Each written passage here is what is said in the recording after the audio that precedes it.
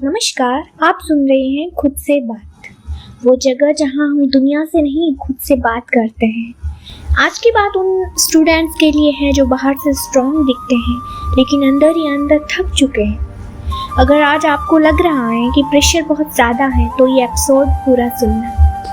मैं यहाँ किसी सिद्धांत पर नहीं, किसी आंकड़ों पर नहीं, बल्कि उन बच्चों की अधूरी कहानियों पर बोलने आई हूँ जो अब हमारे बीच नहीं। कितने बच्चे अपनी डायरी में लाइन लिखकर चले गए, मैं थक गई हूँ, मुझे कोई समझता नहीं। हमको लगता है ये एक वाक्य है, पर नहीं, ये एक रोता हुआ दिल है। कितने बच्चों ने आखिरी रात सोते समय खुद से कहा, मम्मी ने एक बार गले लगा लिया होता, काश पापा ने कहा होता, कोई बात नहीं बेटा, हम तुम्हारे साथ। पर अफसोस, बहुत से बच्चों को प्यार शब्दों में नहीं मिला, उन्हें प्यार केवल अपेक्षाओं में मिला। और अपेक्षा जब सिर से गुजरने लगे तो भरोसा टूटता है, और जब भरोसा टूटता है तो बच्चा भी टूट जाता है। दुनिया सोचती है कि बच्चे इसलिए मौत चुनते हैं क्योंकि वे कमजोर हैं, पर सच ये है, वे कमजोर नहीं थे, वे अकेले थे।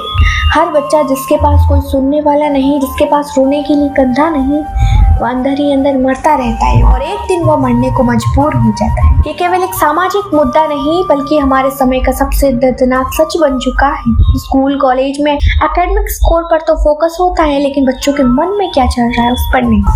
बहुत से छात्र अपने मन की बात किसी को बताते नहीं, और अगर बता भी दे तो लोग हंसते हैं। बच्चे पढ़ाई से नहीं, डर और दबाव से टूटते हैं। हर बच्चा दुनिया में सबसे पहले जिस चीज की तलाश करता है वह है माता पिता का प्यार और उनकी समझ। लेकिन जब बच्चा ये महसूस करता है कि उसके दिल की बात सुनने वाला कोई नहीं है, जब वह अपने डर, अपनी उलझने, अपनी कमजोरी साझा नहीं कर पाता और माता पिता की अपेक्षाएं बोझ बनकर उसकी जिंदगी पर हावी होने लगती है, तब बच्चा टूट जाता है। वो मुस्कुराता तो है पर अंदर से धीरे धीरे खत्म होने लगता है। बच्चे ये महसूस करने लगते हैं कि अगर वे माता पिता की अपेक्षाओं पर खरे नहीं उतरे तो वे प्यार और मान सम्मान के योग्य नहीं, क्योंकि हमारे घरों में संवाद कम है और दबाव ज्यादा है। बच्चों के आंसू को कमजोरी कहा जाता है और उनकी चुप्पी को सामान्य माना जाता है। माता पिता भूल जाते हैं कि बच्चे फूल होते हैं, उन्हें प्यार चाहिए, विश्वास चाहिए, सहारा चाहिए। वे बोझ सहने के लिए पैदा नहीं हुए।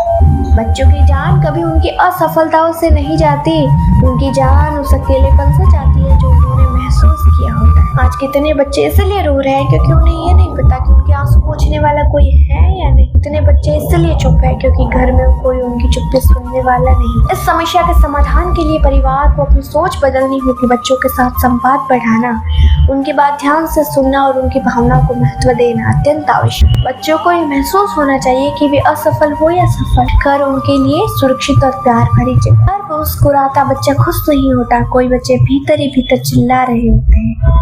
उन्हें डांट से ज्यादा आपकी दो बातें, आपका स्पर्श और आपका प्यार चाहिए। अंत में मैं बस इतना कहना चाहती हूँ कि बच्चों को दुनिया नहीं जीतनी, पहले अपने घर में अपने लोगों का दिल जीतना है। और जब बच्चा अपने ही घर में प्यार, अपनापन, समाज और सुरक्षित जगह नहीं महसूस करता तो उसका दिल धीरे धीरे टूटने लगता है।